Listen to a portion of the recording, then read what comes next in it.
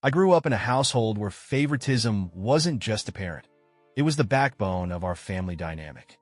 I was the youngest of three sons, born to a single mother who was already overwhelmed and undersupported. My father left before I was even born, leaving my mother to pick up the pieces with the help of my grandparents. But as I would learn, help from my grandmother came with strings, a whole web of them, tangled with control and cruelty. My older brothers, Tim and Dan, were the golden boys. They were 4 years older than me, practically twins themselves in every way.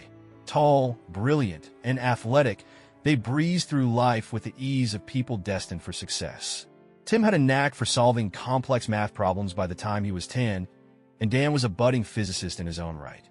Both of them attended prestigious academies, while I trudged through a regular school with grades that barely scraped by. My grandmother was the architect of our family's hierarchy, and in her eyes, I was the family's great disappointment. She didn't say it outright. She didn't have to. Her looks, her sighs, the subtle digs about how some people are just destined to sweep floors while others reach for the stars.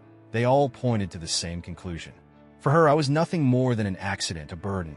She was a religious woman, but not in any way that inspired kindness. She wielded her beliefs like a weapon, using guilt and shame to manipulate everyone around her. My grandfather was her shadow, quietly agreeing to her every demand, while my mother played the role of dutiful daughter, often at my expense. They didn't live with us, but their visits were frequent and draining. My grandmother would make it her mission to remind me of my inferiority every time she stepped foot in our house. Birthdays were the worst. Tim and Dan got shiny gadgets, tablets, game consoles, sometimes even expensive watches. Me? I got a bag of candy, or if I was lucky, a book.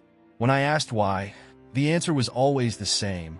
My brothers needed tools to succeed. I didn't. That stung, but the real pain came from how often I was left to do their chores. They're studying, my grandmother would say. And you? You got time. There were moments when I wondered if it was my fault, if I wasn't smart enough, tall enough, or good enough to deserve their affection.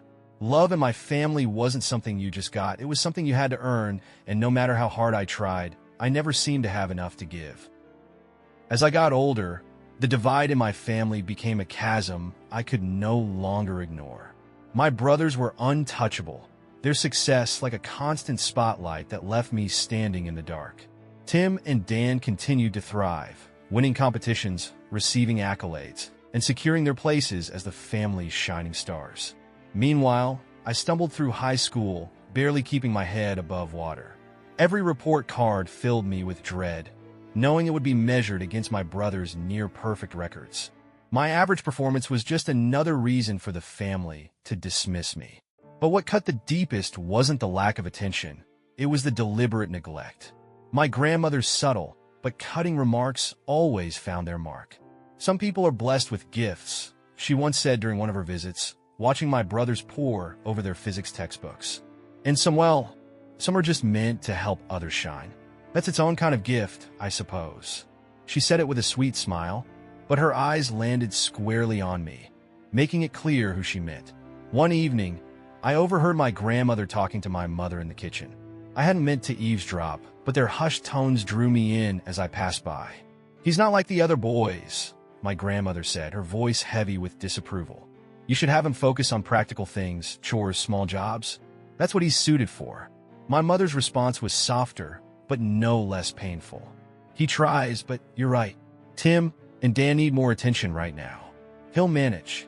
They weren't discussing me like a person.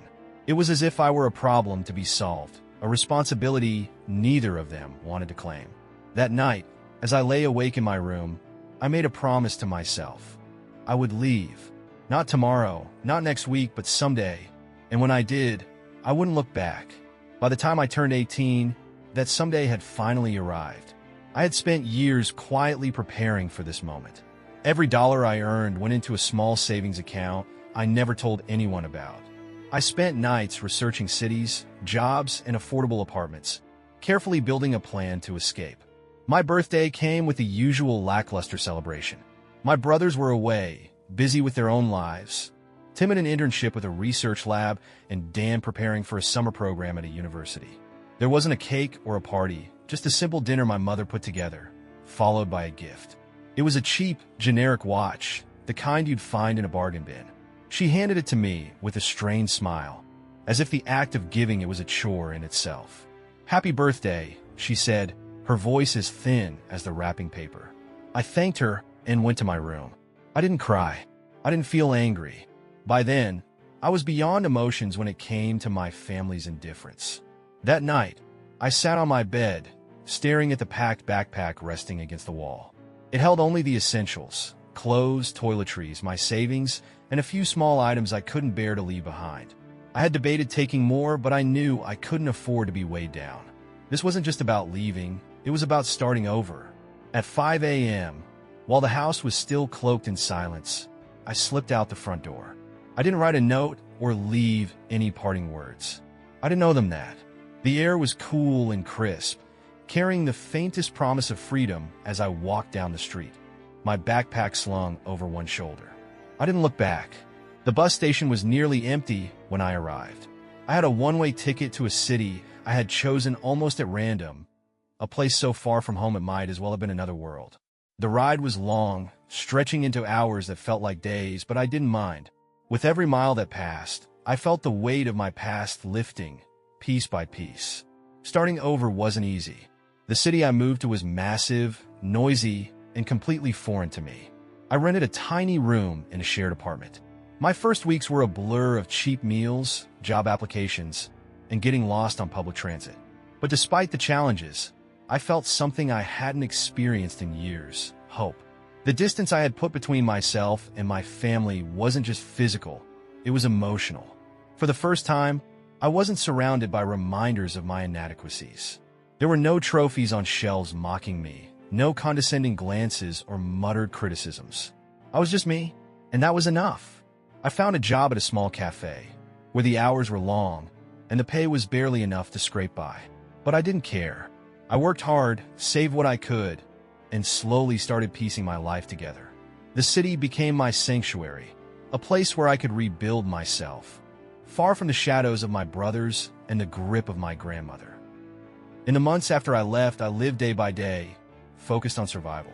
My tiny apartment in the city was a far cry from comfortable. The rent ate through most of my paycheck, leaving just enough for groceries, utilities, and the occasional indulgence, like a bus pass to explore the city. It wasn't much, but it was freedom.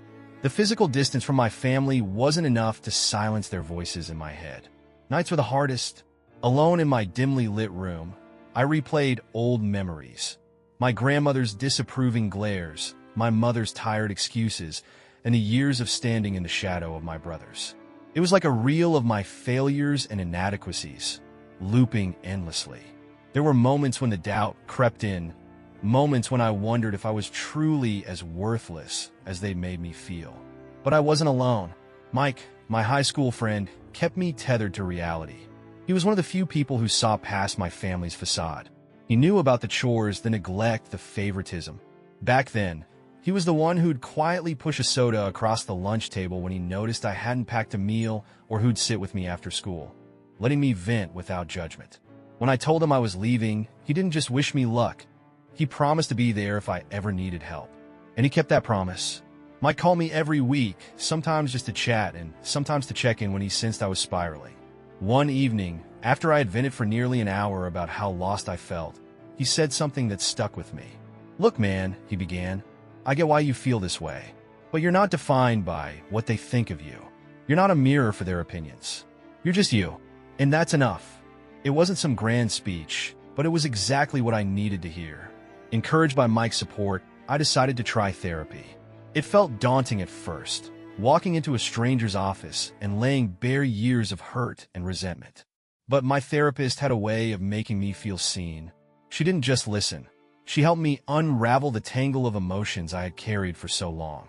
"It sounds like your family set you up to fail," she said during one session. "Not because you're a failure, but because they needed someone to take the weight of their dysfunction. You weren't a disappointment, even if they tried to make you believe that." Her words were a revelation. For the first time, I began to see my family's treatment of me as a reflection of their flaws, not mine. Slowly, I started to let go of the shame that had weighed me down for years. Months turned into years, and I began to build a life that felt like mine. I found a better job at a local bookstore, a quiet, welcoming place where I could lose myself in the rhythm of shelving books and chatting with regulars. The pay wasn't great, but it was enough to afford a slightly larger apartment. Still, I kept my family at arm's length. I had changed my phone number, left no forwarding address, and deleted my social media accounts. For a long time, the silence was exactly what I needed. But life has a way of reopening old wounds when you least expect it. It was a cold, rainy afternoon when I found the letter in my mailbox. I almost didn't recognize my mother's handwriting, but the moment I saw it, my stomach twisted. I brought it inside, sat down at the small kitchen table, and stared at the envelope for what felt like hours. Finally, with trembling hands, I opened it. "Dear son," it began. "I know I'm probably the last person you want to hear from, but I've been carrying a lot of regret, and I need to say this." The letter was long, 3 pages filled with apologies, explanations, and pleas for forgiveness. My mother admitted that I had been treated unfairly, that my brothers were given more because she had felt pressured to prioritize them. But the words that stood out most were these: "You were never unwanted, even if it felt that way. I failed you, and I'm sorry." I put the letter down and sat in silence. The apology was years too late, but it stirred something in me, a mix of anger, confusion, and a sliver of hope. For the first time, I considered what it might mean to face my family again. The letter from my mother haunted me for days. I read it over and over, each time dissecting her words for meaning, sincerity, or some hidden agenda. Was she genuinely sorry, or was this just another attempt to sweep things under the rug? I couldn't decide. Part of me wanted to crumple the letter and throw it away, to sever the last fragile thread connecting me to my family. But another part, the part that still carried the scars of wanting their approval, couldn't let it go. I called Mike to vent. He listened patiently, then asked, "What do you want to do? Forget what you think they want. What do you want?" That question lingered in my mind long after we hung up. For years, I'd lived in reaction to my family, escaping their neglect, rejecting their influence, and building a life where they had no power over me. But now, for the first time, the choice was mine. I decided to write back. I kept my response short and cautious. I thanked my mother for her letter, but made it clear that I wasn't ready to reconnect with the family. However, I offered to meet with her alone, in a neutral place. If she was sincere, I needed to hear it from her face to face. We arranged to meet at a quiet cafe halfway between my city and hers. The drive there felt surreal, like I was heading toward a crossroads I hadn't planned for. When I walked into the cafe, I spotted her immediately. She looked older than I remembered, her face lined with worry and her posture slouched as if carrying an invisible weight. For a moment, I hesitated. Then I took a deep breath and approached the table. "Hi, Mom," I said, my voice tight. She looked up, her eyes widening with what I could only describe as relief. "Thank you for coming." We sat in awkward silence for a few moments, sipping coffee and avoiding each other's gaze. Finally, she broke the tension. "I don't know where to start," she admitted, her hands trembling as she clutched her cup. "There's so much I need to say." "Then just say it," I replied, sharper than I intended. She flinched but nodded. Slowly, haltingly, she began to talk. She told me about the years after my father left, how his absence had left her vulnerable and overwhelmed. She admitted that my grandmother had taken control of the household, dictating how we were raised and ensuring my brothers were given every advantage while I was pushed to the margins. But then came the part that took my breath away. "You weren't planned," she said, her voice breaking. "Your father and our relationship wasn't good. When I found out I was pregnant with you, I was terrified. I didn't know how I could handle another child, especially on my own." Her words hung in the air like a storm cloud. I didn't need her to spell it out.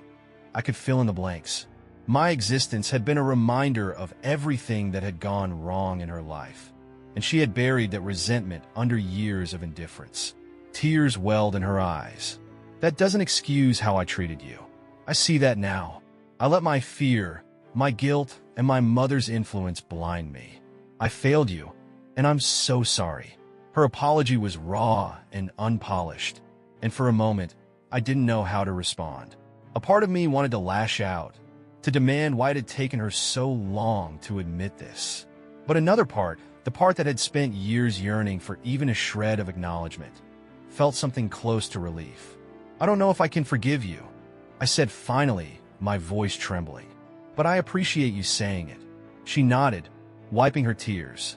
"That's all I can ask." In the days that followed, I tried to process everything. My mother's confession had opened old wounds, but it had also provided answers I never thought I'd get. It didn't erase the pain, but it gave me a framework to understand why things had been the way they were. Then came another surprise, a message from Tim. It was short and tentative, asking if we could talk. Against my better judgment, I agreed. We arranged a phone call, and when his voice came through the line, it was strange to hear the brother I remembered as confident now sound so uncertain. "I owe you an apology," he began. "For everything. I don't know how much you remember, but Dan and I, we treated you horribly. We made fun of you, dumped our chores on you, and never stood up for you when Grandma was being awful." I was silent, letting him continue. "I think we just went along with it because it was easy. Grandma made it clear that you were different, and we played into that. I'm sorry. I was a coward." His words stirred a mix of emotions in me: anger, hurt, and unexpectedly relief. For years, I convinced myself that my brothers had been complicit because they didn't care. Hearing Tim admit his wrongdoing, even after all this time, felt like a weight being lifted. "I appreciate you saying that," I told him, my voice steadier than I felt. "But it's going to take time to figure out where we stand." "That's fair," he said. "I just hope we can try." The conversations with my mother and Tim left me feeling like I was standing on uneven ground. For years, I had built a life around the absence of my family, shaping my identity, finding my strength, and creating a version of myself that didn't need them. And now, here they were trying to pull me back into their orbit. It was disorienting, to say the least. I wasn't ready to meet the whole family, but I agreed to keep speaking with my mother. We talked a few more times over the phone, and while the conversations were awkward at first, they started to feel more genuine. She admitted things I never expected her to.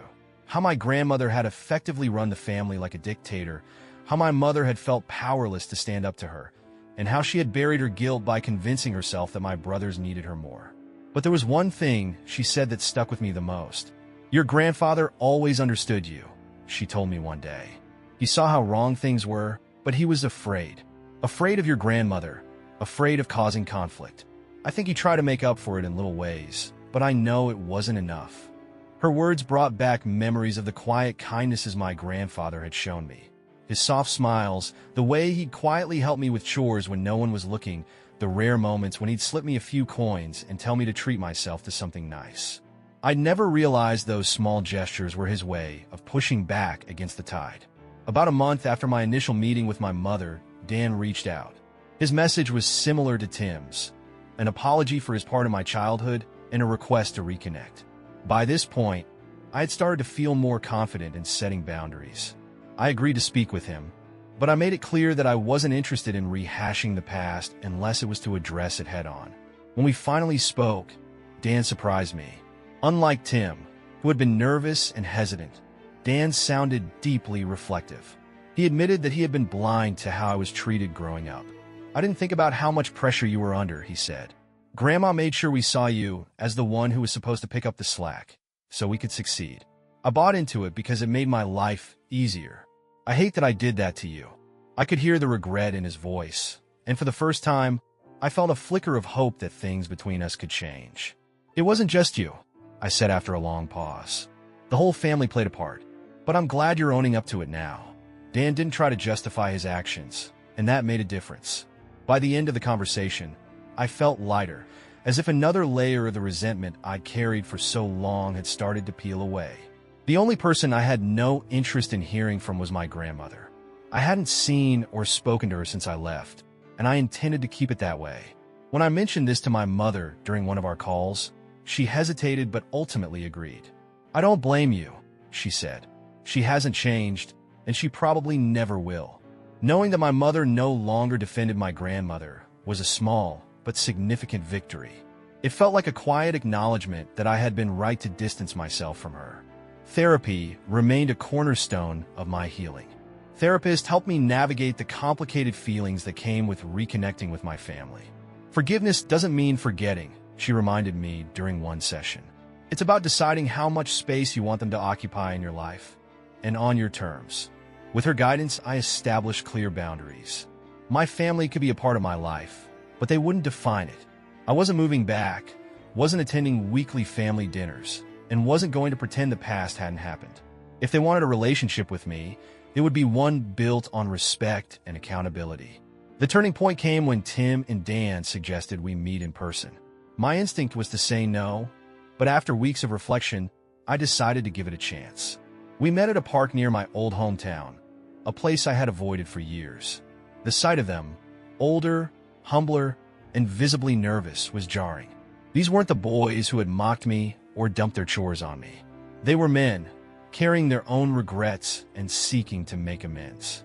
We talked for hours, cycling through stories of our childhood, their successes, and my struggles. They admitted things I hadn't known, that they had started to see how wrong the family dynamics were in their late teens, but didn't know how to change them. By the end of the day, I felt something I hadn't expected, a glimmer of connection. The meeting with Tim and Dan was a strange mix of closure and unease. On one hand, hearing them take accountability was validating. On the other, it reminded me of all the years I had spent feeling like an outsider in my own family. As we parted ways, Tim asked, "Do you think we'll ever get back to being real brothers?" His question hung in the air, heavy with hope and uncertainty. I didn't have an answer for him then. I only managed a small nod and a polite, "We'll see." Despite the progress I'd made with my brothers and my mother, the memories of my grandmother loomed large. She hadn't reached out to me directly, something I was grateful for, but my mother mentioned that she had asked about me once or twice. "She thinks you're being dramatic," my mother said during one of our calls. "But that's just how she is. She'll never admit she was wrong." Those words solidified my decision to keep her out of my life. I didn't need her validation, and I certainly didn't need her toxicity. Cutting her off wasn't about revenge. It was about protecting the peace I had worked so hard to create. My mother respected my choice, though I could tell it pained her to see the family fractured. "I just hope, someday, she'll understand what she's lost," she said quietly.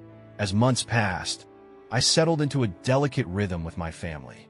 My mother called regularly, though our conversations were now free of the excuses and justifications that had once defined them. She seemed genuinely committed to rebuilding our relationship, and while it would never be perfect, I appreciated the effort. Tim and Dan kept their word too. They reached out every few weeks, sometimes just to check in, other times to share snippets of their lives.